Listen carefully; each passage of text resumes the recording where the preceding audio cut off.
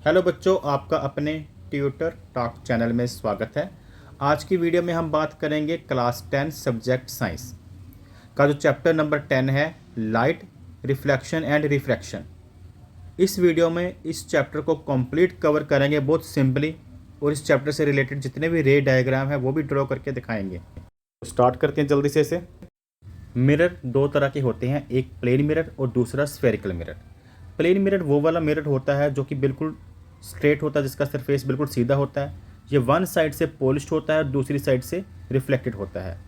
अगर spherical mirror की बात करें तो ये एक तरह के खोखले गोले का, कांच का खोखला गोला हो, उसका एक पार्ट होता है जिसका वन सरफेस तो पॉलिश्ड होता है और अदर सरफेस रिफ्लेक्टेड।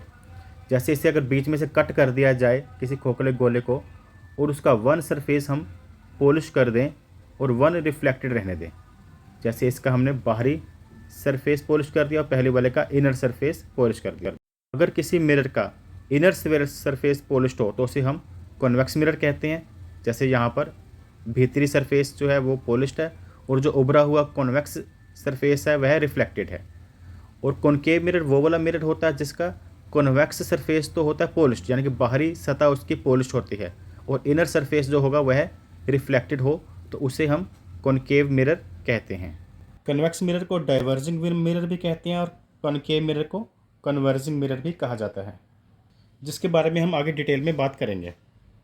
अब इस वीडियो में हम ये कुछ टॉपिक क्लियर करते हैं। ये प्लेन मिरर है जिसकी वन सरफेस पॉलिश्ड और वन रिफ्लेक्टेड है।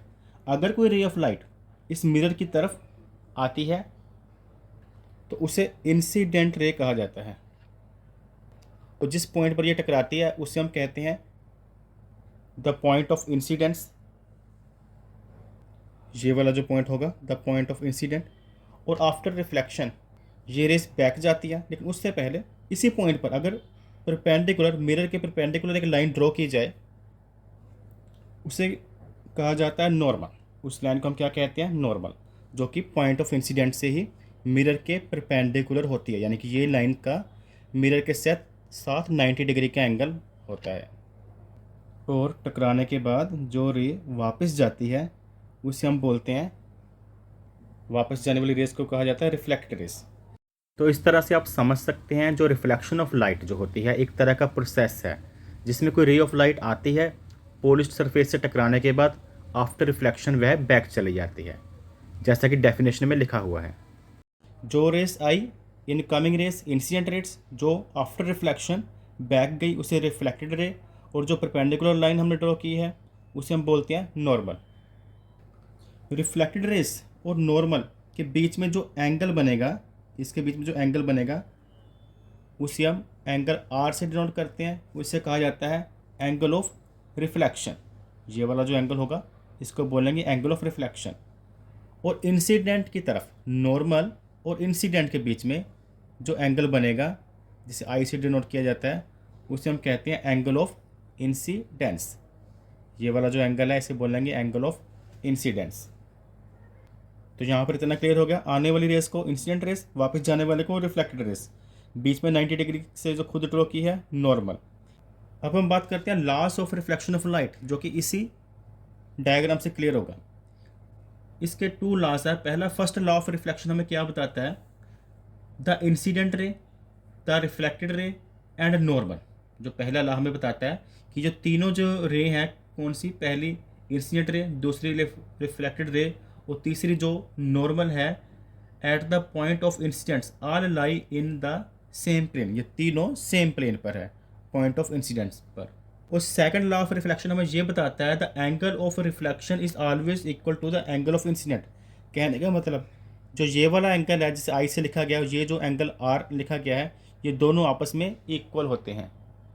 कहने का मतलब जो एंगल आई है, एंगल ऑफ इंसिडेंस, इक्वल होगा angle of reflection.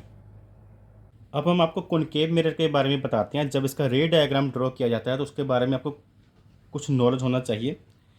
Concave mirror जैसे कि आपको पता है जो स्फेरिकल मिरर है यह एक, और अगर ये स्फेरिकल मिरर है तो ये एक स्फेयर से बना है। अगर ये एक स्फेयर से बना है, गोले से कट करके बना है, तो इसका कुछ ना कुछ सेंटर भी होगा। तो जिस भी गोले से ये कट करके बना होगा उसके सेंटर को हम क्या बोलते हैं? सेंटर ऑफ कर्वेचर कहा जाता है। इस पॉइंट को, जो भी इसका सेंटर होगा, और मिरर का जो मिड पॉइंट होता है उसे हम बोलते हैं पोल। सेंटर ऑफ कर्वेचर को सी से प्रदर्शित किया जाता है और जो मिरर का मिड पॉइंट होता है उसे पी से प्रदर्शित करते हैं। और जो स्ट्रेट लाइन पोल यानी कि मिरर के मिड पॉइंट और सेंटर ऑफ कर्वेचर से पास करती है, स्ट्रेट लाइन है जो ब्लैक कलर से शो की गई है, इसे हम कहते हैं प्रिंसिपल एक्सिस। और ये प्रिंसिपल एक्सिस है। और पोल और सेंटर ऑफ कर्वेचर, पोल और सेंटर ऑफ कर्वेचर के बिल्कुल बीच मिड में जो पॉइंट होता है उसे कहते हैं प्रिंसिपल फोकस। इसे कैपिटल लेटर एफ से लिखा जाता है। जब भी रेज ऑफ लाइट इस प्रिंसिपल एक्सिस के पैरेलल आती है कॉनकेव मिरर की तरफ, तो वो पैरेलल आने के बाद जब इस मिरर से टकराती है तो आफ्टर रिफ्लेक्शन वो सभी रेज ऑफ लाइट इस फोकस पॉइंट पर ही इकट्ठी होती हैं। जैसे मान लीजिए यहाँ पर मैं एक और कॉनकेव मिरर ड्रॉ कर लेता हूँ। ये इसका सेंटर ऑफ कर्वेचर है, ये फोकस है।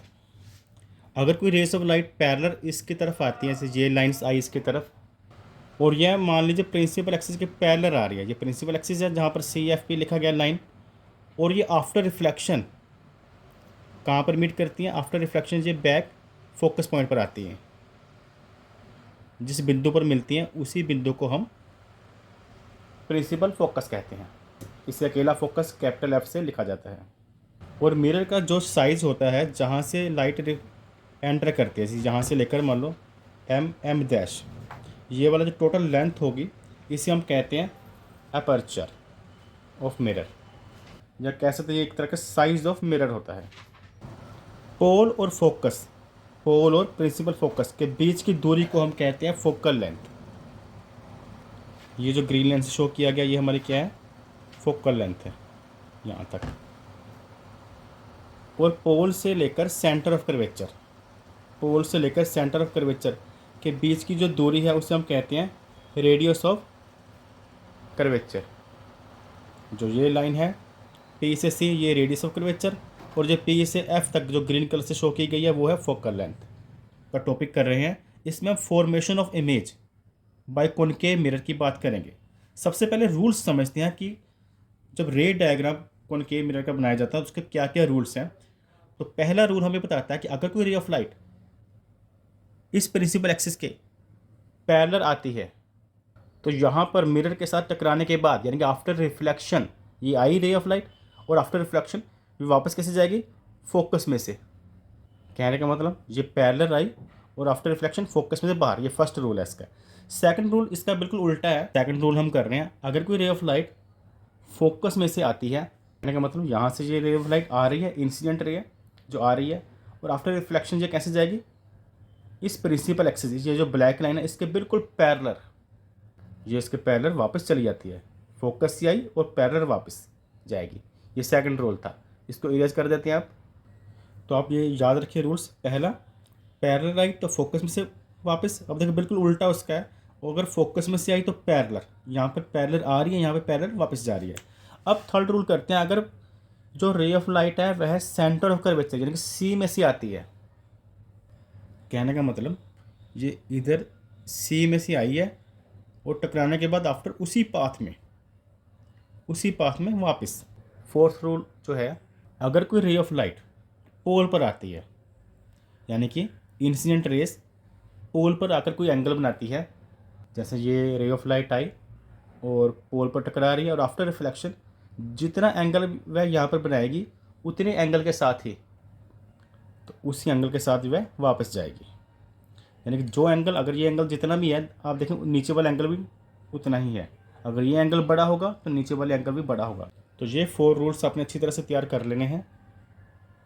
अब formation of image by concave mirror का शब्द, when object is placed between P and F.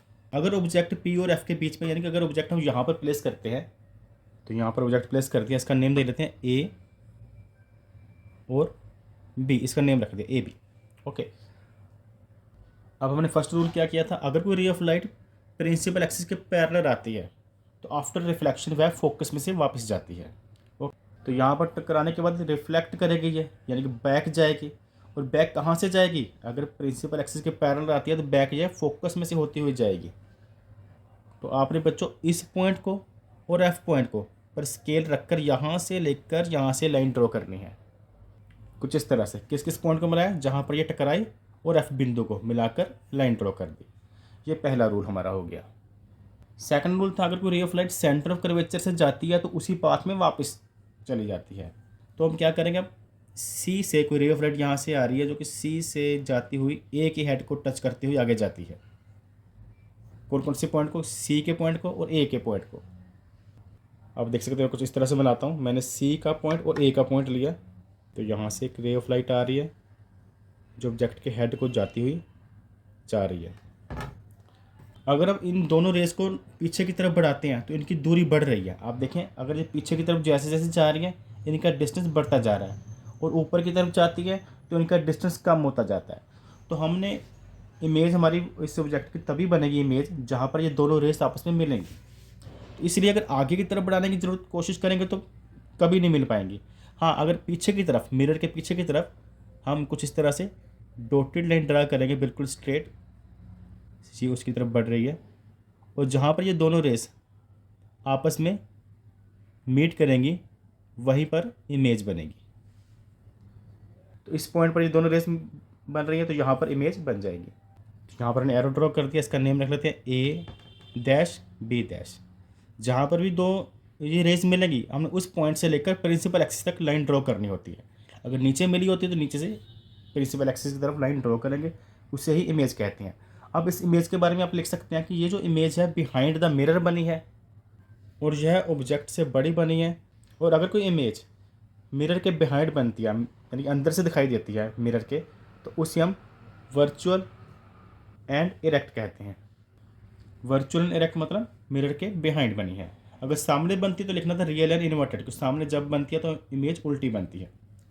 अब नेक्स्ट इसके साइज़ की बात करें तो इसका जो साइज़ है जो वह ऑब्जेक्ट के से बड़ा है, तो आप लिख देंगे लार्जर देन ऑब्जेक्ट।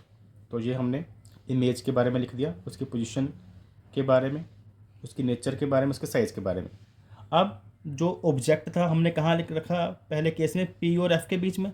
अब धीरे धीरे ऑब्जेक्ट खिसकाते जाएंगे। पहले ऑब्जेक्ट यहाँ रखा है हमने, अब एफ पे रखेंगे, उसके अगले केस में एफ और सी के बीच में, फिर सी पर रखेंगे, फिर बियॉन्ड सी और एफ, फिर एट इन्फिनिटी।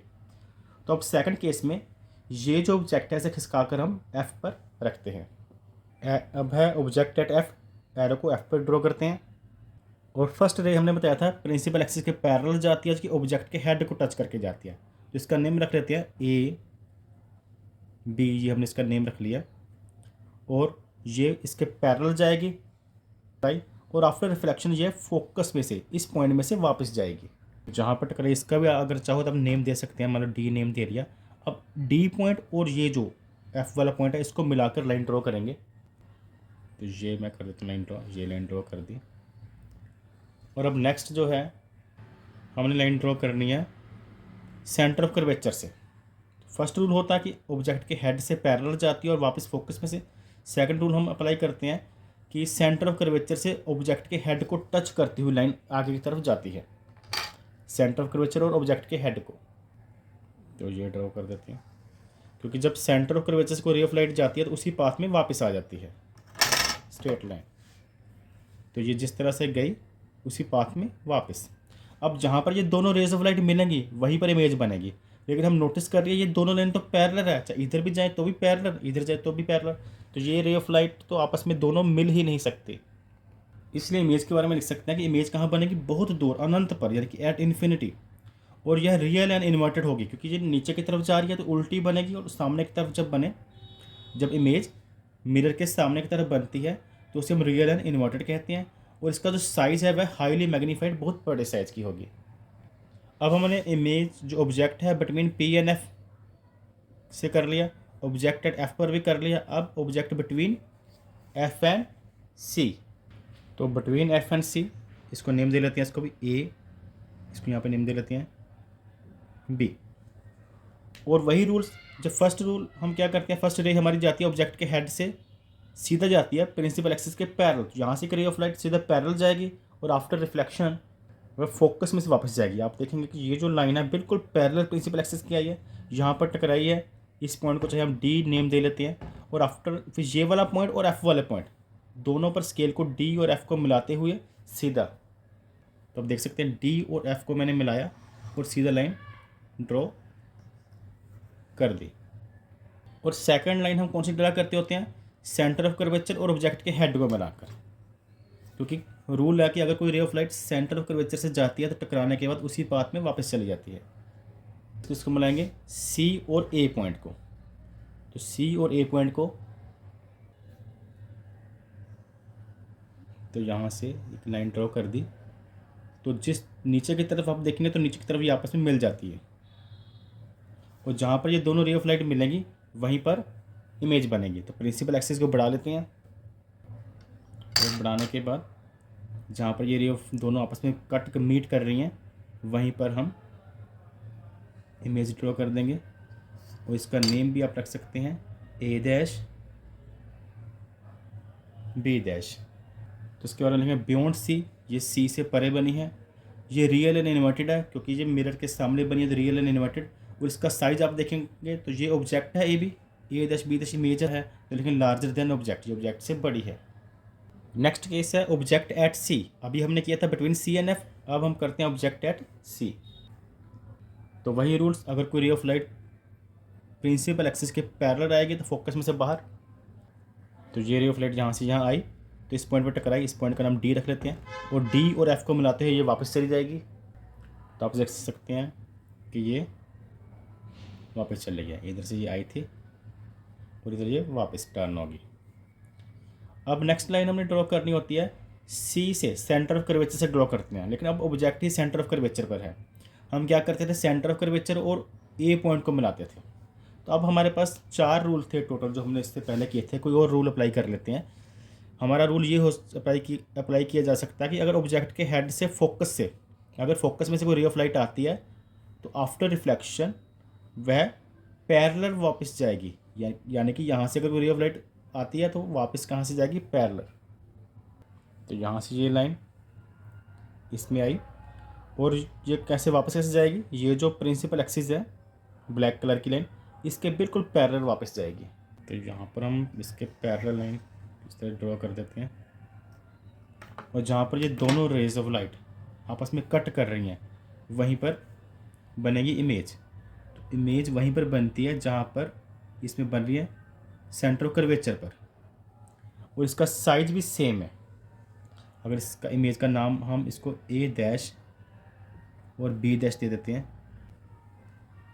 तो इसके बारे में आप लिखेंगे एट सी, सी पर बनी है, रियल एंड इन्वर्टेड, सामने बने तो real and inverted, same size as the object, जितना साइज का ऑब्जेक्ट है उतने साइज की ही इमेज बनी है। अब नेक्स्ट केस करते हैं व्हेन ऑब्जेक्ट बियॉन्ड सी, यानी कि सी से थोड़ा परे। तो वही रूल, जब कोई रे ऑफ लाइट ऑब्जेक्ट के हेड से टच करती हुई जब कहो प्रिंसिपल एक्सिस के पैरेलल जाती है तो वो फोकस में से बाहर आती है। तो हम ऐसे ही करेंगे, तो यहाँ से एक लाइन सीधा प्रिंसिपल एक्सिस के पैरेलल और आफ्टर रिफ्लेक्शन फोकस में से बाहर। तो ये प्रिंसिपल एक्सिस के पैरेलल आई, यहाँ पे टकराई, इस पॉइंट को नेम दे लेते डी, और ये डी और एफ को मिलाते हुए ये वहाँ से वापस। तो एक रूल हो गया। सेकंड हमने क्या करते हैं कि सेंटर ऑफ कर्वेचर से कोई लाइन आती है तो उसी पाथ में वापस चली जाती है। अब ऑब्जेक्ट के हेड और सी को मिलाते हुए एक लाइन ड्रॉ करेंगे, ऑब्जेक्ट के हेड और सी पर स्केल रखकर कुछ इस तरह से इन दोनों पॉइंट को रख लेते हैं। तो यहाँ से कोई लाइन आती है तो उसी पाथ में वापस, और जहाँ पर ये दोनों रेस आपस में कट कर रही हैं वहाँ पर बनेगी बच्चों इमेज। इमेज का नाम दे लेते हैं ए डैश और बी डैश। और ये इमेज आप देखें तो छोटी बनी है ऑब्जेक्ट के मुकाबले, तो इसकी नेचर आप लिख सकते हैं। पहले पोजीशन कहाँ पर बनी है, अगर देखें ये इमेज बनी है कहाँ पर, सी और एफ के बीच में बनी है, ये जा कह लो बिटवीन एफ एंड सी। सामने बनी है रियल एंड इन्वर्टेड, और इसका जो साइज है स्मॉलर देन ऑब्जेक्ट, ये ऑब्जेक्ट से छोटी बनी है। नेक्स्ट केस करते हैं लास्ट, ऑब्जेक्ट एट इन्फिनिटी, जो ऑब्जेक्ट है बहुत ज़्यादा दूर अनंत पर है। तो हम यहाँ पे कुछ डॉटेड लाइन ड्रॉ करके प्रिंसिपल एक्सिस के बाद यहाँ पर एक ऑब्जेक्ट को ड्रॉ कर लिया जिसका नेम दे देते हैं ऑब्जेक्ट ये ए बी। और तो अगर काफ़ी दूर है तो वहाँ से जो भी रे ऑफ लाइट आएगी वो प्रिंसिपल एक्सिस के पैरेलल रहेगी और आफ्टर रिफ्लेक्शन फोकस में मीट करेंगी। तो इसमें आपने एक नीचे से लाइन, एक ऊपर से, दोनों तरफ से लाइन ड्रॉ करनी है। एट इन्फिनिटी का केस है तो यहाँ पर हल्का सा डॉटेड लाइन ड्रॉ कर लेना। ये जो लाइन है ये आ रही है और ऊपर से एक लाइन ड्रॉ करनी है और ये लाइन प्रिंसिपल एक्सिस के पैरेलल होनी चाहिए। अभी इनका रिफ्लेक्शन करना है और ये आई है, यहाँ पे थोड़ा सा रब कर देते हैं क्योंकि ये एट इन्फिनिटी बहुत दूर से आ रही है और आफ्टर रिफ्लेक्शन ये फोकस में से बाहर जाएंगी। इसके नेम दे लेते हैं, ये पॉइंट का नाम डी रख लेते हैं, इसका नाम ई रख लेते हैं। अब डी और एफ को मिलाएंगे तो यहाँ से लाइन ड्रॉ करेंगे। इसी तरह से ये वाली लाइन भी ई पॉइंट को एफ से मिलाएंगे। आफ्टर रिफ्लेक्शन प्रिंसिपल फोकस से वापस जाएगी और जहाँ पर ये दोनों लाइन मिलती हैं वहीं पर इमेज बनेगी। तो इसके नेचर के बारे में लिखेंगे एट फोकस, ये फोकस पर बनी है। रियल एंड इन्वर्टेड मिरर के सामने बनी है। मच स्मॉलर देन ऑब्जेक्ट, यानी कि इसका जो साइज़ है आप देखें तो बहुत ज़्यादा पॉइंट साइज़ है तो इसलिए लिखा मच स्मॉलर देन ऑब्जेक्ट। यहाँ तक टोटल 6 केस कर लिए हैं formation of image by concave mirror. हम कवर करेंगे uses of concave mirror, concave mirror कहाँ कहाँ पर यूज़ होता है, formation of image by convex mirror, convex mirror में इमेज की फॉर्मेशन कैसे होती है, साइन कन्वेंशन, मिरर फार्मूला और magnification. Uses of concave mirrors में कि कॉनकेव मिरर कहाँ कहाँ पर यूज़ होता है। Number 1, concave mirror are used as reflector in torch vehicles headlight. जो गाड़ियाँ होती हैं उनकी हेडलाइट होती है वहाँ पर भी इसे यूज़ किया जाता है, टॉर्चेज में कॉनकेव मिरर यूज़ किया जाता है। Number 2, concave mirror are used as shaving mirror to see large image of the face. जो शेविंग मिरर होता है, शेव करने के लिए भी कॉनकेव मिरर का यूज़ किया जाता है। Number 3, concave mirror are used by dentist to see large image of the teeth. जो डेंटिस्ट होते हैं, दांतों के डॉक्टर, वो भी इस मिरर का यूज़ करते हैं। नंबर 4 पर आप लिख सकते हैं large concave mirror are used in the field of solar energy to focus sun rays. Solar energy के इक्विपमेंट में भी कॉनकेव मिरर का यूज़ होता है। नेक्स्ट हम कॉन्वेक्स मिरर की बात करते हैं। कॉन्वेक्स मिरर वो वाला मिरर होता है जिसकी इधर साइड तो होती है पॉलिश्ड और आउटर साइड होती है रिफ्लेक्टेड। तो इसके लिए जो इसका फोकस होता है ये इसके पॉलिश वाली साइड की तरफ आता है और ये इसका centre of curvature. Centre of curvature आप समझते हैं क्या होता है, यानी कि जिस भी कांच के गोले का ये पार्ट होगा उसका जो बिल्कुल सेंटर पार्ट होगा उसे सेंटर ऑफ कर्वेचर बोलते हैं। और मिरर के मिड पॉइंट को पोल कहा जाता है। मिरर का जो बिल्कुल मिड पॉइंट का पोल और सेंटर के बीच का जो मिड पॉइंट होगा उसे प्रिंसिपल फोकस कहते हैं। सबसे पहले बात करते हैं rules for obtaining image formed by convex mirror. कि कॉन्वेक्स मिरर का जो रे डायग्राम हम ड्रॉ करते हैं उसके लिए क्या क्या रूल्स हैं। सबसे पहला रूल्स इसका ये होता है कि अगर कोई ray of light principal axis के पैरेलल आती है इसके रिफ्लेक्टेड सरफेस की तरफ, then it appears to be coming from its focus after reflection from the mirror। तो ये टकराने के बाद कुछ इस तरह से प्रतीत होता है कि जैसे ये फोकस की तरफ से ये वाला पॉइंट और ये वाला पॉइंट को मिलाते हैं, जैसे यह फोकस की ओर से वापस आ रही हो। जो पैरेलल होगी वह फोकस से वापस आती हुई हमें अपीयर होगी। तो फर्स्ट रूल हमने यहाँ इरेज कर दिया, यहाँ पे शो कर दिया गया है। अगर रे of light centre of curvature की तरफ आती है तो जिस पाथ से वो आती है उसी पाथ में वह वापस चली जाती है। जैसे ये लाइट सेंटर ऑफ कर्वेचर की डायरेक्शन में आई है, यहाँ डॉटेड ड्रा करना अंदर की तरफ, तो उसी डायरेक्शन में ये फिर वापस चलेगी। तो पहला रूल, अगर प्रिंसिपल एक्सिस के पैरेलल आएगी तो फोकस से आती हुई बैक आती हुई अपीयर होगी, और अगर ये सेंटर ऑफ कर्वेचर की तरफ जाती है तो उसी पाथ में बैक आ जाती है। थर्ड रूल इसका है कि अगर कोई ray of light principal focus की तरफ आती है, जैसे ये प्रिंसिपल फोकस की तरफ आ रही है तो वापस कहाँ पर ये जाएगी, प्रिंसिपल एक्सिस के पैरेलल जाएगी। तो यहाँ से ये पैरेलल, यहाँ से पहले आई प्रिंसिपल फोकस की तरफ और फिर जिस पॉइंट से ये अंदर एंटर की थी उसी पॉइंट से ये प्रिंसिपल एक्सिस के पैरेलल होगी। और फोर्थ रूल है कि अगर कोई रे ऑफ लाइट पोल की तरफ आती है और पोल के साथ वह जो एंगल बनाती है, जैसे इंसिडेंस लाइन है और ये कुछ इतना का एंगल बना रही है, जो जितना भी होगा उतने एंगल के साथ ही ये आफ्टर रिफ्लेक्शन बैक जाती है, उतने एंगल के साथ ये बैक चली जाएगी।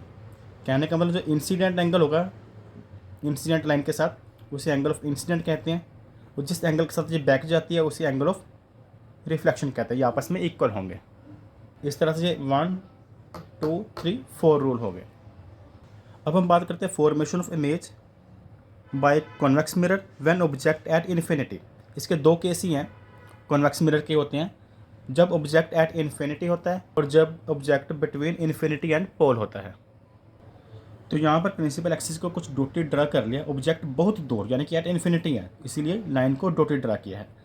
और हमने रूल किया था जब भी कोई ray of light principal axis के पैरेलल आती हैं, तो यहाँ पे पहले रे ड्रॉ कर लेते हैं। तो यहाँ से 2 रेज आ रही हैं जो कि कॉन्वेक्स मिरर से टकराई और आफ्टर रिफ्लेक्शन से कहाँ से आती हुई अपीयर होती हैं, फ्रॉम फोकस। तो यहाँ पे डॉटेड लाइन, यहाँ पे डॉटेड लाइन ड्रॉ करेंगे, अंदर की तरफ डॉटेड और मिरर की तरफ हमने कंप्लीट लाइन ड्रॉ करनी बिना डॉटेड, सिर्फ अंदर की तरफ ही डॉटेड लाइन ड्रॉ करते हैं। तो ये दोनों लाइनें कहाँ पर मीट कर रही हैं, फोकस पर मीट कर रही हैं, और जहाँ पर ये दोनों रेस मीट करेंगी वहीं पर इमेज बनेगी। तो इसके नेचर के बारे में लिखेंगे कि जो इमेज है एट एफ मतलब एट प्रिंसिपल फोकस बनी है। नेक्स्ट, इसका जो साइज़ है बहुत छोटा है, ऑब्जेक्ट का साइज़ यहाँ बड़ा, इमेज डॉट साइज़ दिखाई दे रही है, डॉट्स का साइज़ जितनी दिखाई दे रही है, तो हाईली डिमेंस बहुत छोटा साइज़ है। बिहाइंड द मिरर हम तो इसे लिखेंगे वर्चुअल एंड इरेक्ट। तो इसमें 2 केस होते हैं कॉन्वेक्स मिरर में, दोनों में ही जो इमेज होती है वर्चुअल एंड इरेक्ट ही बनती है, बिहाइंड द मिरर ही बनती है इमेज।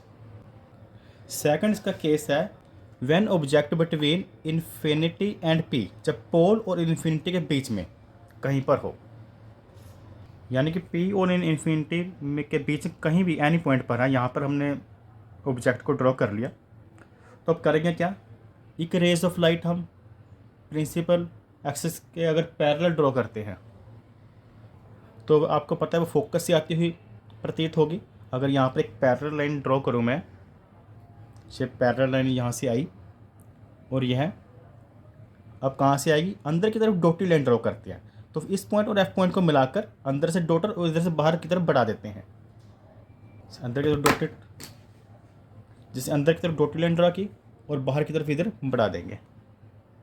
अगर कोई ray of light centre of curvature की तरफ जाती है तो उसी पाथ में वापस आ जाती है।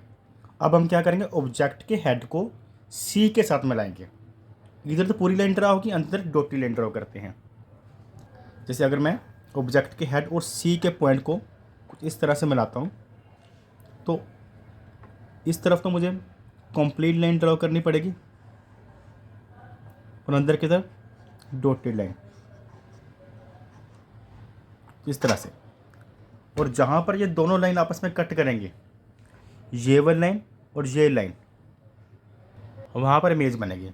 तो ये लाइन अब ध्यान से इधर से ऐसे डॉटेड जा रही है, ये इधर से आ रही है, वहीं पर इमेज बनेगी, जहाँ पर इमेज बनेगी।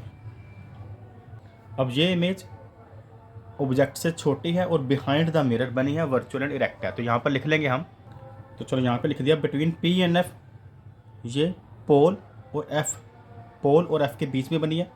स्मॉलर देन ऑब्जेक्ट, इसका साइज ऑब्जेक्ट से छोटा है, इमेज का साइज। वर्चुअल एंड इरेक्ट, जब भी इधर बनता है वर्चुअल में कहा जाता है, इरेक्ट मतलब ये सीधी बनी है। कन्वेक्स मिरर के फॉर्मेशन के केवल 2 ही केस हैं ये। नेक्स्ट हम करते हैं sign convention for spherical mirror. Spherical mirror के कुछ साइन कन्वेंशन जो उसके न्यूमेरिकल सोल्व करने के में काम आते हैं। तो ये कॉनकेव मिरर है, ये कॉन्वेक्स मिरर का रे डायग्राम है। कॉनकेव मिरर जो बाहरी सतह से पॉलिश्ड और इनर रिफ्लेक्टेड होता है। कॉन्वेक्स जो होता है अंदर से पॉलिश होता है, बाहर से रिफ्लेक्टेड सरफेस होता है उसका। साइन कन्वेंशन में ये याद रखना, डिस्टेंस को जब भी मेज़र करते हैं तो फ्रॉम पोल करते हैं, चाहे लेफ़्ट या राइट करें, और हाइट को प्रिंसिपल एक्सिस से मेज़र किया जाता है। तो इसके मेन हम कॉनकेव मिरर से समझते हैं। अगर कोई भी ऑब्जेक्ट है तो उसे हम कुछ इस तरह से लेफ़्ट साइड पे हमेशा ड्रॉ करते हैं। तो लेफ़्ट साइड की तरफ जो भी डिस्टेंस मेज़र किए जाते हैं पोल से लेफ़्ट साइड की तरफ, वो नेगेटिव साइन होता है उनका। और राइट साइड पर जो भी डिस्टेंस मेज़र करते हैं उसका साइन पॉजिटिव होता है। और यही रूल कन्वेक्स मिरर के लिए है। राइट वाली डायरेक्शन की तरफ कुछ मेज़र करेंगे तो पॉजिटिव, और लेफ़्ट साइड की तरफ मेज़र करेंगे तो नेगेटिव। और ऑब्जेक्ट को हमेशा लेफ्ट साइड की तरफ ही रखा जाता है, इसलिए जो u होगा वो ऑलवेज u मतलब ऑब्जेक्ट के डिस्टेंस को u से लिखा जाता है। वस्तु की दूरी को हम u से प्रेजेंट करते हैं, ऑब्जेक्ट डिस्टेंस, तो वो हमेशा नेगेटिव होता है दोनों केस में। और जो इमेज का डिस्टेंस है वो उसे हम v से लिखते हैं। इमेज का डिस्टेंस है वह नेगेटिव भी हो सकता है और पॉजिटिव भी हो सकता है, डिपेंड करता है कि इमेज किस डायरेक्शन में बन रही है। अगर तो इमेज लेफ़्ट साइड पे बनती है तो उसका डिस्टेंस नेगेटिव होगा, और अगर इमेज राइट साइड पे बनती है तो उसका डिस्टेंस पॉजिटिव होगा। और कन्वेक्स मिरर की बात करें तो इसमें जो इमेज हमेशा जो है राइट साइड में, मतलब कि वर्चुअल एंड इरेक्ट बनती है, इस डायरेक्शन में बनती है, यानी कि इमेज का जो डिस्टेंस होता है वो पॉजिटिव ही होता है कन्वेक्स मिरर के केस में। v मतलब डिस्टेंस ऑफ इमेज। अब बात करते हैं फोकल लेंथ की। फोकल लेंथ क्या होता है, बताया था पोल से फोकस, प्रिंसिपल फोकस की दूरी को फोकल लेंथ कहते हैं। अगर कॉनकेव मिरर की बात करें तो कॉनकेव मिरर का आपका जो प्रिंसिपल फोकस है या लेफ्ट साइड पर दिखाई दे रहा है, तो इसकी जो लेंथ इधर से मेज़र की जाएगी तो नेगेटिव। फोकल लेंथ को स्मॉल लेटर f से डिनोट किया जाता है, और इसकी जो लेंथ होती है कॉनकेव मिरर के केस में नेगेटिव होती है, और कन्वेक्स मिरर के केस में जो फोकल लेंथ होती है वह पॉजिटिव होती है, क्योंकि इसका जो प्रिंसिपल फोकस होता है वो राइट साइड डायरेक्शन में होता है। और इमेज का जो डिस्टेंस होगा कॉनकेव मिरर में वह नेगेटिव भी हो सकता है और पॉजिटिव भी हो सकता है। और u बोथ केस में जो ऑब्जेक्ट डिस्टेंस है दोनों केस में नेगेटिव ही लिया जाता है, दोनों केस में नेगेटिव भी होता है। अब बात करते हैं इमेज या फिर ऑब्जेक्ट की हाइट की। ऑब्जेक्ट हमेशा हम प्रिंसिपल एक्सिस पर रखते हैं, तो ऑब्जेक्ट अपवर्ड डायरेक्शन की तरफ जो भी डिस्टेंस मेजर किए जाते हैं ऊपर की तरफ, दोनों केसेस में वो पॉजिटिव, और डाउनवर्ड डायरेक्शन की तरफ जो भी मेजर किया जाता है प्रिंसिपल एक्सिस से वो नेगेटिव डिस्टेंस लिया जाता है। तो ऑब्जेक्ट तो हम हमेशा अपवर्ड ही रखते हैं, तो वो तो हम ऑलवेज पॉजिटिव होगा दोनों केसेस में। और अगर इमेज डाउनवर्ड बनती है, डाउनवर्ड अगर इमेज बन रही है, मान लो इमेज यहाँ पे कहीं डाउनवर्ड बन रही है, यहाँ पर उल्टी बन रही है इमेज, तो नेगेटिव हाइट होगी इमेज का डिस्टेंस, इमेज की हाइट कह लो, इमेज की हाइट नेगेटिव होगी। और ऑब्जेक्ट अगर ऊपर की तरफ है तो ऑब्जेक्ट की हाइट पॉजिटिव होगी। और अगर इमेज ऊपर की तरफ बनी है, जैसे कई बार मिरर के पीछे ऐसे इरेक्ट बनती है, तो इमेज की हाइट जो होगी वह पॉजिटिव होगी। नेक्स्ट हम बात करते हैं इसके बाद मिरर फार्मूला की। साइन कन्वेंशन के बाद मिरर फार्मूला में ये तीन चीज़ें यूज़ होती हैं। ऑब्जेक्ट डिस्टेंस जिसे u से लिखा जाता है, इमेज डिस्टेंस जिसे v से लिखा जाता है, फोकल लेंथ जिसे f से लिखा जाता है। ये सभी डिस्टेंस मैंने बताया था पोल से मेजर किए जाते हैं। और इसका मिरर फार्मूला क्या होता है, 1/v plus 1/u equal 1/f। तो न्यूमेरिकल सम सोल्व करते समय हम मिरर फार्मूला को यूज़ करेंगे। नेक्स्ट हमारा कॉन्सेप्ट है मैग्निफिकेशन। मैग्निफिकेशन होता क्या है, the ratio of the height of image to the height of object, यानी कि इमेज की हाइट और ऑब्जेक्ट की हाइट की जो रेशियो होती है उसे हम मैग्निफिकेशन कहते हैं। तो इसका फॉर्मूला भी वही बना, magnification equal to height of image upon height of object. Magnification को हम स्मॉल लेटर m के साथ डिनोट करते हैं, और हाइट ऑफ इमेज को हम h2 upon height of object को h1 से भी लिख सकते हैं। और इसका एक और फॉर्मूला भी है, मैग्निफिकेशन को हम ratio of image distance to the object distance, यानी कि इमेज का डिस्टेंस और ऑब्जेक्ट के डिस्टेंस की रेशियो, लेकिन विद माइनस साइन। कहने का मतलब हम इसको कुछ इस तरह से भी लिख सकते हैं, -v/u। v का मतलब आपको पता है क्या होता है, v का मतलब है इमेज डिस्टेंस, इमेज डिस्टेंस, और u का मतलब होता है ऑब्जेक्ट डिस्टेंस। और इसमें लेकिन हमने माइनस का साइन डालना है। तो दोनों ही मैग्निफिकेशन के फॉर्मूले हैं, इसके मतलब इन दोनों की वैल्यू भी आपस में क्या होगी, इक्वल होगी। कहने का मतलब ये दोनों अगर m के इक्वल है तो आपस में भी इक्वल होंगे, यानी कि H2/H1 इक्वल होगा -V/U। है रिफ्रैक्शन ऑफ लाइट क्या होता है? जब लाइट ट्रैवल करती है तो वह अपने स्ट्रेट पाथ में ट्रैवल करती है अगर वह एक मीडियम में ट्रैवल कर रही है। जैसे वह मान लीजिए ओनली एयर में ट्रैवल कर रही है या ओनली वाटर में ट्रैवल कर रही है तो वह स्ट्रेट होगी। लेकिन अगर जो लाइट है वह एयर से वाटर में ट्रैवल कर रही है या एयर से ग्लास में ट्रैवल कर रही है, मतलब एक मीडियम से दूसरे मीडियम में ट्रैवल कर रही है, तो वह अपने ओरिजिनल पाथ से कुछ बेंड हो जाती है। तो bending of light rays when it travel from one medium to another is called refraction of light. Medium दो तरह की होती हैं, रेयर और डेंसर। रेयर मीडियम वो वाला होता है जिसकी डेंसिटी कम होती है, या कह लो जिसमें लाइट ज़्यादा स्पीड से मूव कर सकती है। जैसे एयर हो गया, वैक्यूम हो गया, वो रेयर मीडियम कहलाएगा। डेंसर मीडियम जिसकी डेंसिटी ज़्यादा होती है, जिसमें लाइट की स्पीड स्लो हो जाती है। तो यहाँ पर दो केस लेते हैं, रेयर टू डेंसर और डेंसर टू रेयर। पहले बात करते हैं रेयर टू डेंसर। जैसे मान लीजिए पहले जो लाइट ट्रैवल कर रही थी वह एयर में है, ये जो रेड लाइन है इसके ऊपर वाला जो मीडियम है उसको रेयर माना है। यहाँ पर हम लिखते हैं MR मतलब रेयर मीडियम, MD मतलब डेंसर मीडियम, इसके लाइन के नीचे वाला डेंसर मीडियम है। तो यहाँ पर अगर लाइट हम यहाँ पे ड्रॉ करते हैं और यहाँ से इसका मीडियम, इसके बाद इसका मीडियम चेंज होगा, तो जिस पॉइंट पर ये टकराई है इस पॉइंट पर हम एक नॉर्मल ड्रा कर लेते हैं। नॉर्मल मतलब ये जो सरफेस है इस पर बिल्कुल 90 डिग्री के एंगल के अकॉर्डिंग परपेंडिकुलर ड्रॉ कर लेते हैं। नॉर्मल नेम है इसका। तो बच्चों ये वाला जो मीडियम है रेयर है, यानी कि एयर है, तो बहुत स्पीड से जाएगी, या कह लो वैक्यूम है।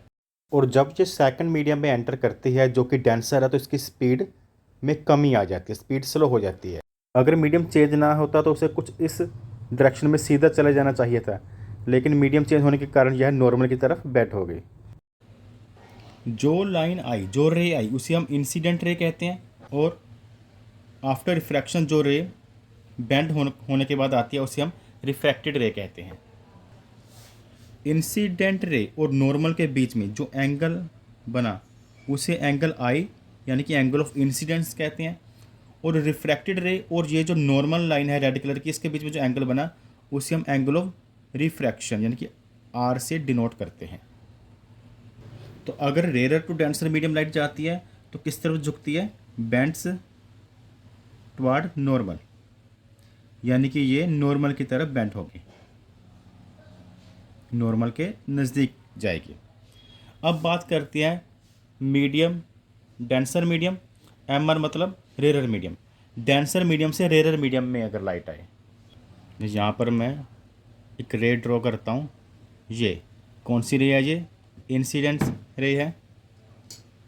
तो यहाँ पर भी एक 90 डिग्री के से यानी कि परपेंडिकुलर ड्रा करेंगे इस सरफेस पर नॉर्मल। अब ये वाला डेंसर मीडियम है। डेंसर मतलब मान लीजिए ग्लास है या कोई वाटर है, डेंसर मीडियम है जो भरा भरा है। और ये वाला खाली यानी कि जैसे एयर हो गया, वैक्यूम हो गया, ये रेयर मीडियम है। तो डेंसर मीडियम से जब रेयर मीडियम में लाइट रे एंटर करेगी, बिल्कुल ऐसे स्ट्रेट ऐसे जाना चाहिए। लेकिन अगर ये डेंसर से rare medium ray of light enter करती है तो ये अवे द नॉर्मल, तो एक्चुअल पाथ से ये थोड़ा अवे नॉर्मल रहेगी, यानी कि कुछ ऐसे। तो डेंसर तो रेयर जब लाइट ट्रैवल करे तो कैसे ट्रैवल करती है? Bands away from the normal. तो यहाँ पर आपको समझ आ गया होगा, रेयर टू डेंसर जब लाइट जाती है तो bands toward the normal, normal के नज़दीक जाएगी, नॉर्मल ये वाली लाइन है। और जब डेंसर टू रेयर जाए तो ये जो रेड नॉर्मल से अवे दूर जाएगी। Law of refraction of light के बारे में, इंसिडेंट रे और नॉर्मल के बीच में जो एंगल बना उसे एंगल ऑफ इंसिडेंस यानी कि I से डिनोट किया जाता है। और नॉर्मल और रिफ्रैक्टेड रे के बीच में जो एंगल बना उसे एंगल R से डिनोट करते हैं, एंगल ऑफ रिफ्रैक्शन। तो इसका फर्स्ट लॉ हमें बताता है the incident ray, the refracted रे एंड द नॉर्मल। कौन कौन सी? ये वाली जो इंसिडेंट रे है, ये जो अंदर की है रिफ्रैक्टेड रे, और जो ग्रीन कलर से ड्रॉ किया नॉर्मल।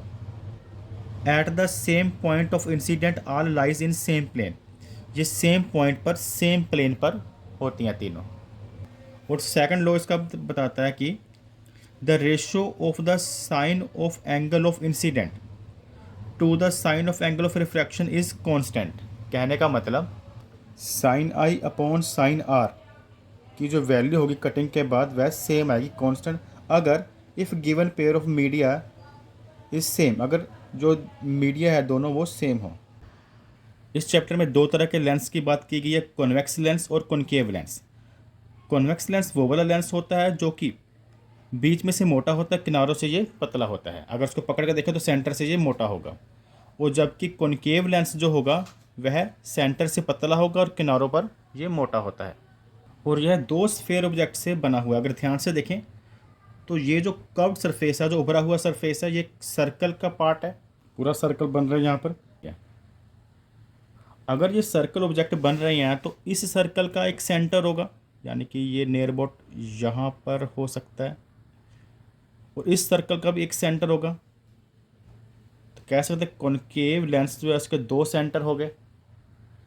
अगर यहाँ पर मैं एक लाइन ड्रॉ करूँ सेंटर में, यहाँ पर एक सेंटर हो गया, एक सेंटर नियर अबाउट यहाँ पर हो गया।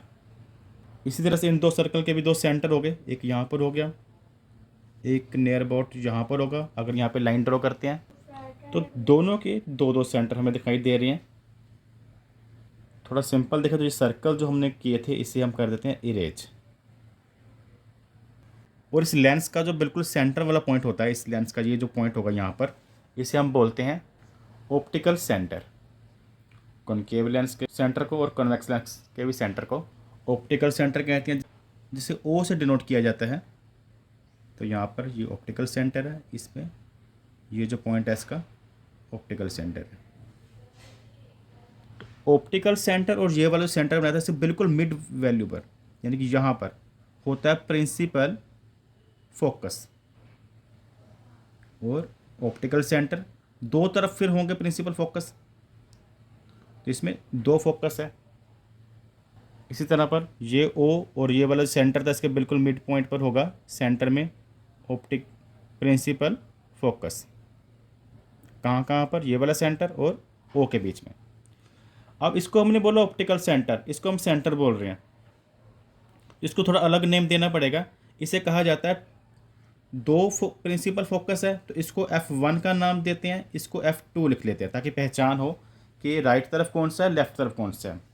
इसी तरह से इसको सेंटर नहीं लिखा जाता, इसे हम लिखते हैं 2F1 क्योंकि ये जितना डिस्टेंस O से F तक है उसका डबल है, तो इसको 2F1 और इस वाले सेंटर को 2F2। इसी तरह से इसको भी F1 F2, ये वाला होगा 2F1 और ये डबल है तो ये 2F2। और जो ये रेड लाइन है जिस पर ये सभी पॉइंट्स है उसे हम कहते हैं प्रिंसिपल एक्सिस कहा जाता है। जो ये वाली लाइन है, इसमें भी जो ये वाली लाइन है पूरी यहाँ से लेकर यहाँ तक, इसे कहते हैं प्रिंसिपल एक्सिस।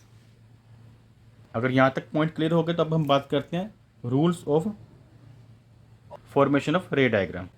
इमेज फॉर्मेशन के लिए स्फेरिकल लेंस के क्या रूल्स हैं? सबसे पहले कॉन्वेक्स लेंस की बात करते हैं। अगर कोई रे ऑफ लाइट इस प्रिंसिपल एक्सिस के पैरेलल आती है तो आफ्टर रिफ्रैक्शन वह फोकस में से बाहर जाती है। टोटल 3 रूल्स करेंगे हम। आपको केवल 2 रूल्स की आवश्यकता पड़ेगी इमेज फॉर्मेशन के लिए।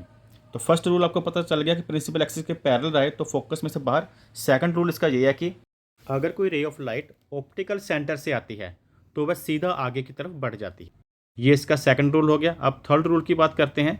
अगर कोई ray of light principal focus में से गुजरती है, प्रिंसिपल फोकस में से होती हुई लेंस में से पास होती है, तो वह आफ्टर रिफ्रैक्शन प्रिंसिपल एक्सिस के पैरेलल चली जाएगी। ठीक, ये थर्ड रूल है पड़ेगी। अब बात करते हैं कॉनकेव लेंस की।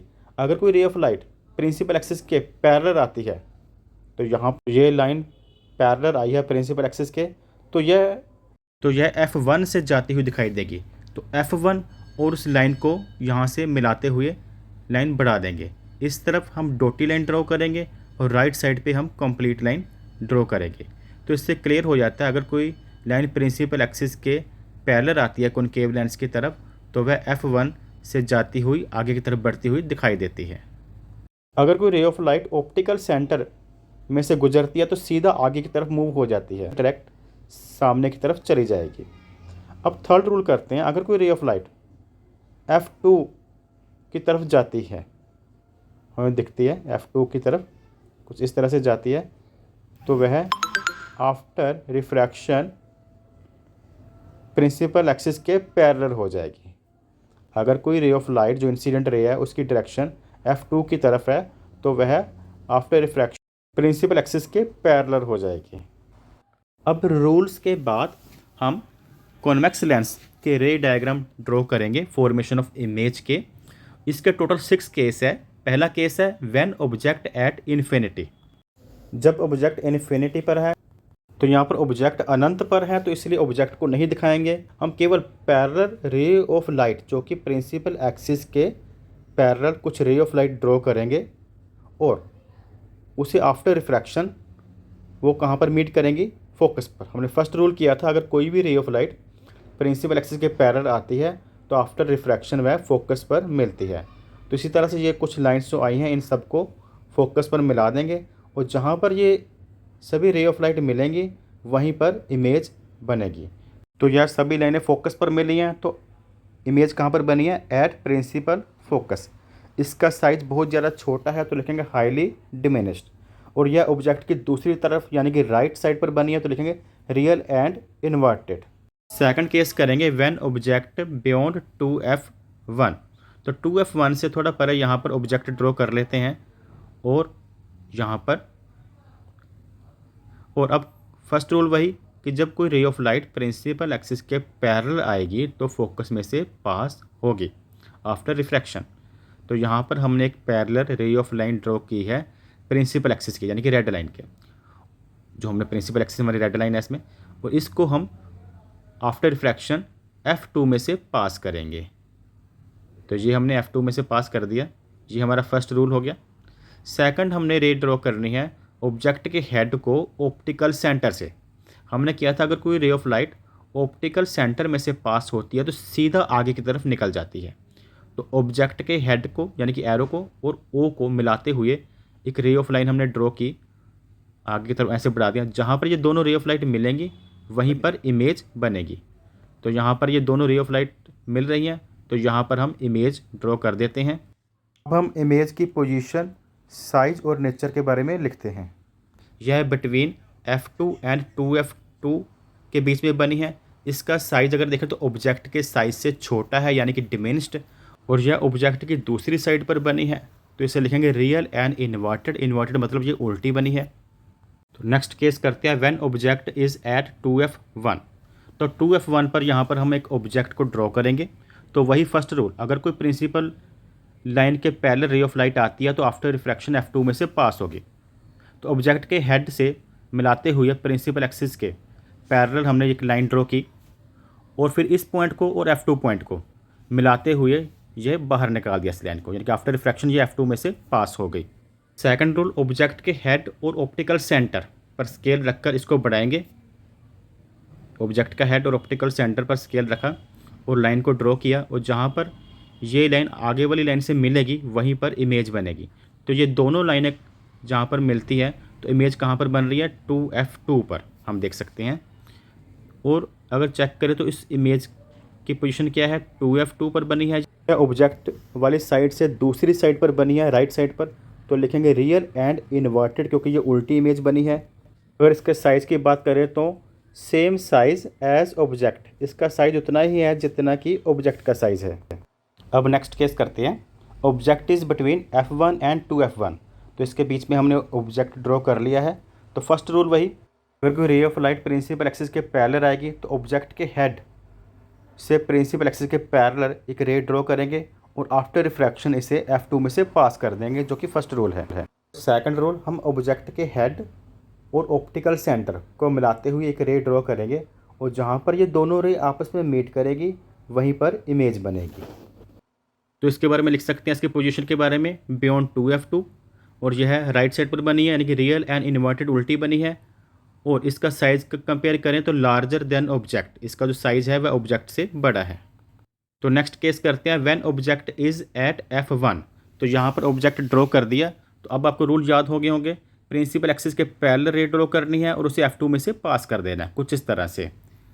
और सेकंड जो रे ऑफ लाइट है वो हम ऑब्जेक्ट के हेड और ऑप्टिकल सेंटर को मिलाते हुए पास करेंगे, और जहाँ पर ये दोनों लाइन मिलेंगी वहीं पर इमेज बनेगी। लेकिन हम देखते हैं ये दोनों लाइन आपस में पैरेलल हो गई हैं, इसलिए ये मिल नहीं सकती। तो जो इमेज बनेगी वो कहाँ पर बनेगी, एट इन्फिनिटी लिखेंगे इसके बारे में।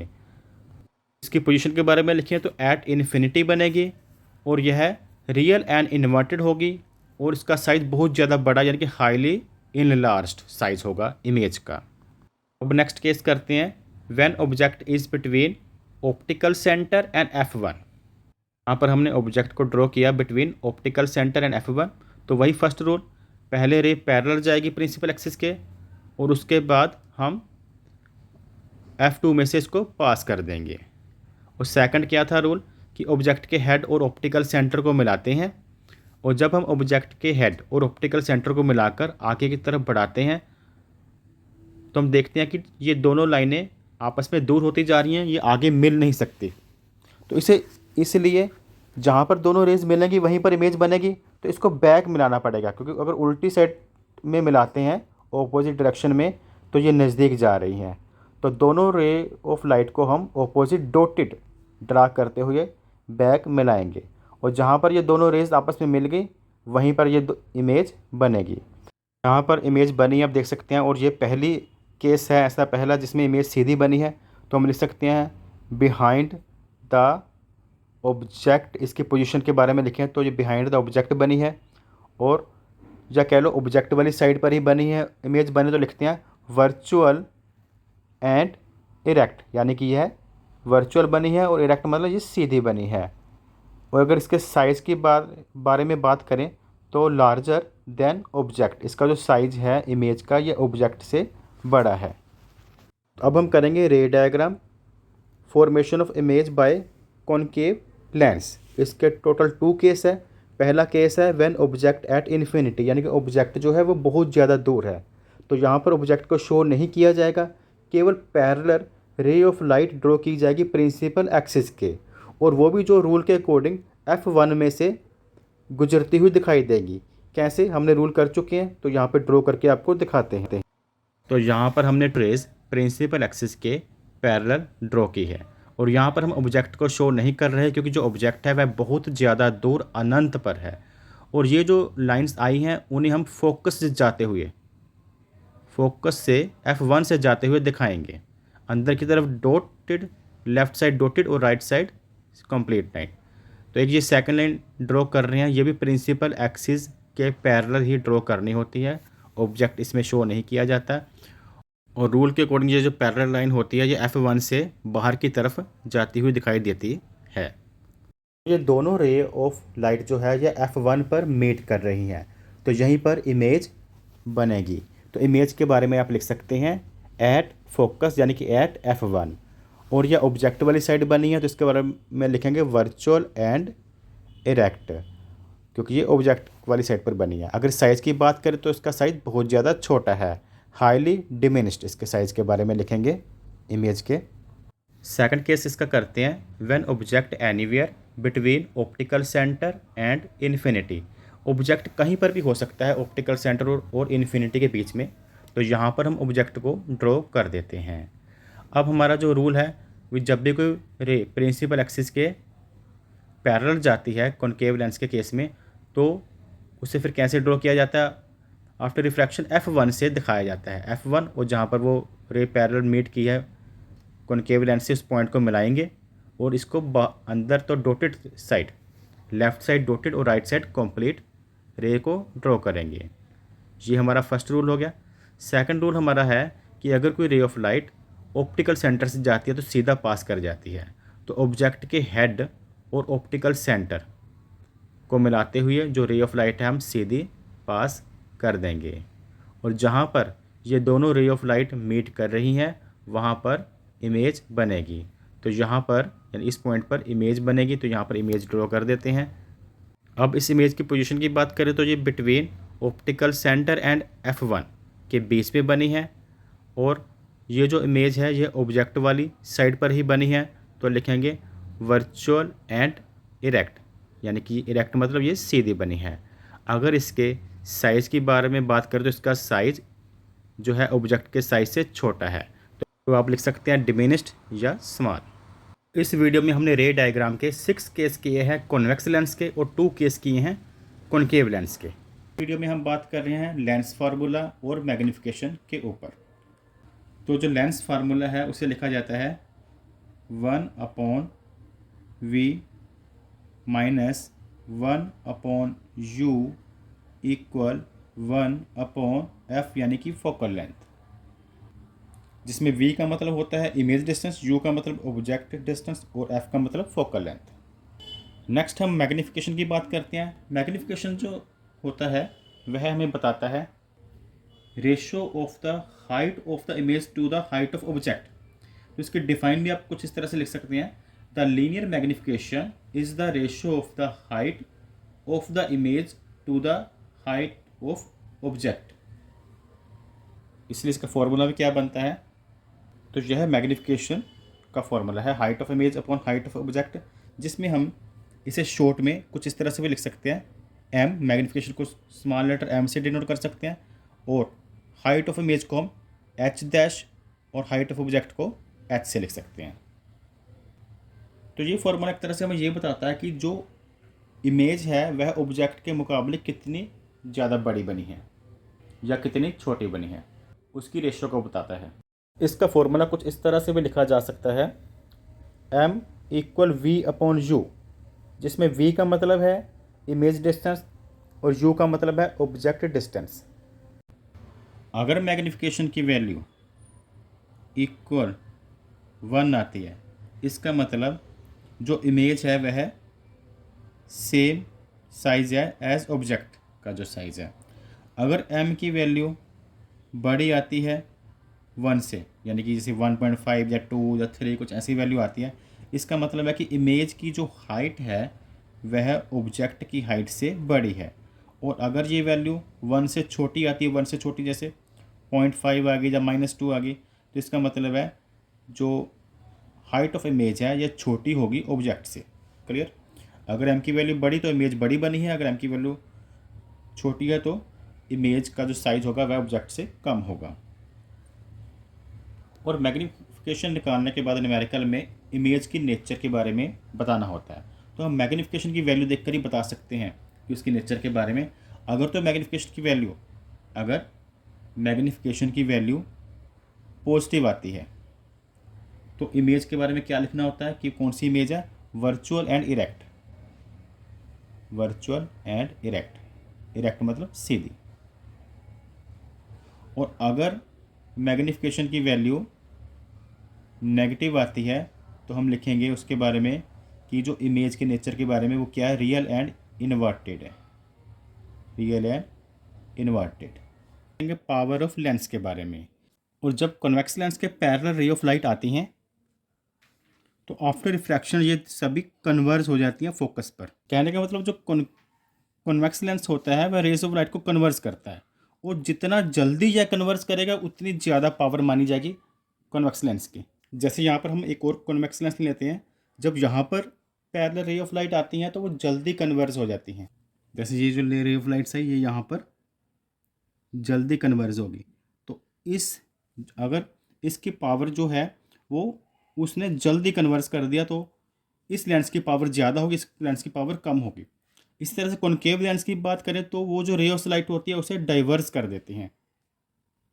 जैसे ये रेज ऑफ लाइट आई और ये कुछ इस तरह से फोकस से जाती हुई कुछ बाहर की तरफ डाइवर्स हो जाती हैं।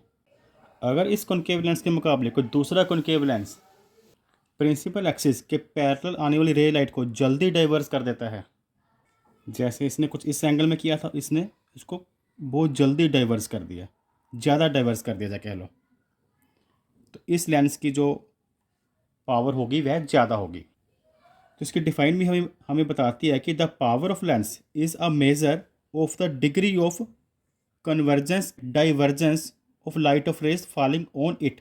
ये बताती है कि कोई लेंस किस प्रकार से रेज ऑफ लाइट को कन्वर्स कर रहा है या फिर डाइवर्स कर रहा है, और ये इन्वर्सली प्रोपोर्शनट होता है फोकल लेंथ के। जिस लेंस की फोकल लेंथ कम होती है उसकी पावर ज़्यादा होती है। अगर ध्यान से देखें, ये दो कॉन्वेक्स लेंस है, इसकी जो फोकल लेंथ थी वो ज़्यादा थी, इसकी फोकल लेंथ कम थी। जिसकी फोकल लेंथ कम थी उसने जल्दी डाइवर्स किया, मतलब इसकी जो पावर ऑफ लेंस ये होगा, इसकी जो वैल्यू होगी वो ज़्यादा होगी, ज़्यादा एंगल से। पावर ऑफ लेंस का फार्मूला होता है 1/f, यानी कि 1 फोकल लेंथ। लेकिन यहाँ पर ध्यान देना, जो फोकल लेंथ हम लेते हैं वो हम इन मीटर लेते हैं। तो यह पावर ऑफ लेंस का फार्मूला है 1/फोकल लेंथ। फोकल लेंथ की जो वैल्यू होगी वह सेंटीमीटर या किसी और में नहीं, हमने मीटर में लिखना ही है। अगर पावर ऑफ लेंस के एसआई यूनिट की बात करें तो वो होता है डायोप्टर, जिसे कैपिटल डी से डिनोट किया जाता है। एक बात आपने और याद रखनी, जो कॉनकेव लेंस होता है इसकी जो फोकल लेंथ होती है वो होती है नेगेटिव, इसलिए जो इसके डायोप्टर की वैल्यू भी आएगी, यानी कि इसके पावर ऑफ लेंस की जो वैल्यू आएगी वह नेगेटिव आएगी। और जो कन्वेक्स लेंस होता है इसकी जो फोकल लेंथ होती है उसकी वैल्यू पॉजिटिव होती है, और जो कॉनकेव लेंस है इसकी नेगेटिव। इसलिए इसकी जो पावर ऑफ लेंस निकालेंगे तो उसकी वैल्यू भी, अगर कॉन्वेक्स लेंस का पावर ऑफ लेंस निकाल रहे हैं तो उसकी वैल्यू पॉजिटिव में आएगी, और कॉनकेव की जो पावर निकाल रही है लेंस की तो उसकी जो वैल्यू है नेगेटिव में आएगी।